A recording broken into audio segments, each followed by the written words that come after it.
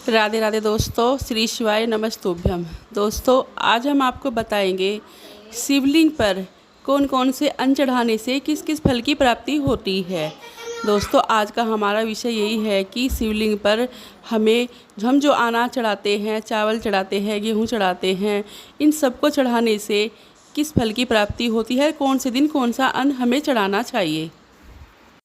अगर आप महादेव को प्रसन्न करना चाहते हैं, अपने सभी बिगड़े कार्य बनवाना चाहते हैं, उनका आशीर्वाद पाना चाहते हैं, तो आपको जो है उनकी प्रतिदिन जल अभिषेक से पूजा करनी चाहिए और प्रतिदिन जो है श्री शिवाय नमस्तुभ्यम का जाप भी करना चाहिए। तो भोलेनाथ को गेहूँ चढ़ाने से लक्ष्मी की प्राप्ति होती है और जो है घर में आपके सुख शांति भी आती है। महादेव को चावल चढ़ाने से किस फल की प्राप्ति होती है। देखिए, महादेव को चावल चढ़ाने से एक तो महादेव को चावल जो चढ़ाए जाते हैं वो टूटे फूटे नहीं होने चाहिए, साबुत चावल होने चाहिए, साफ़ होने चाहिए।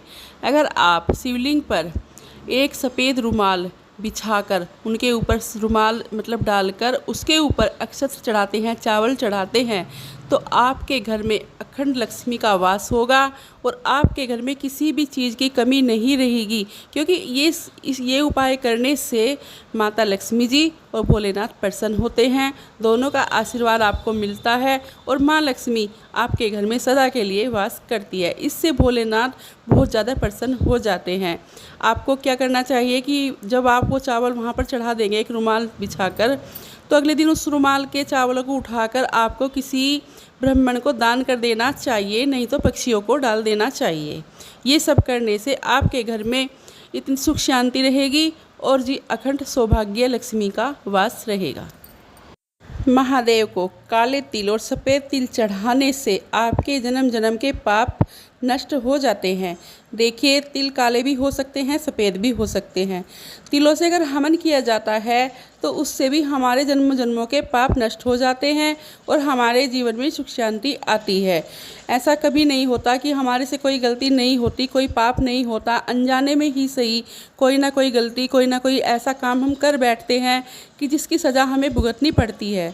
तो अगर ऐसे आप भोलेनाथ पर काले तिल या सफ़ेद तिल या दोनों मिक्स करके चढ़ाओगे तो आपके जन्मों जन्मों के पिछले कई जन्मों के पाप नष्ट हो जाएंगे और बाबा भोलेनाथ का आशीर्वाद आपको मिलेगा और सदा सदा के लिए उनका आशीर्वाद आप पे बना रहेगा। इसी तरह से हमारे शास्त्रों में दिया गया है कि अगर हम बाबा भोलेनाथ को गेहूँ चढ़ाते हैं या जौ चढ़ाते हैं तो हमारे घर में संतान प्राप्ति होती है।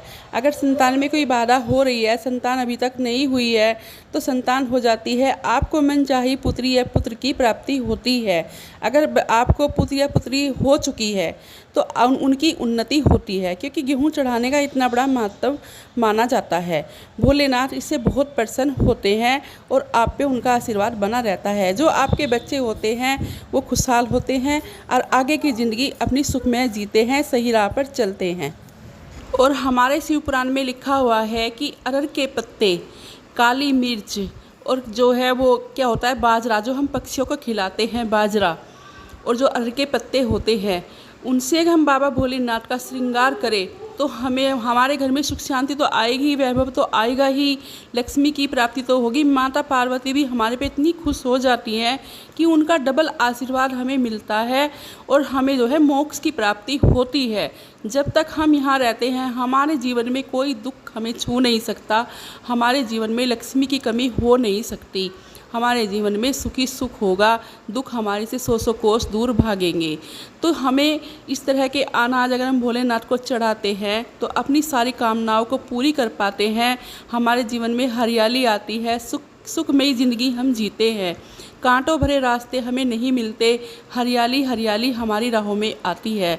अगर हम इस तरह से जल चढ़ाएंगे और इस तरह से हम ये इन अनाजों से बाबा भोलेनाथ को प्रसन्न करेंगे, क्योंकि कहा जाता है कि हर दिन का एक अलग उपाय होता है। संतान प्राप्ति का अलग होता है, धन का अलग होता है, दुख दर्द का अलग होता है। तो मैंने आपको ऐसे ही ये अनाज बताए हैं।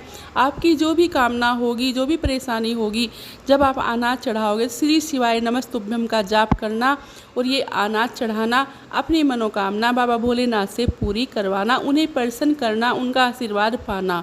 देख लेना कि आपके जीवन में कभी भी दुख नहीं आएंगे, दुख आपको छू ही नहीं सकते। आपके घर में सुख शांति आएगी, लक्ष्मी की वृद्धि होगी। तो दोस्तों अब मैं आपसे विदा लेती हूँ। आशा करती हूँ कि आपको मेरी वीडियो पसंद आई होगी। राधे राधे, हर हर महादेव, श्री शिवाय नमस्तुभ्यम।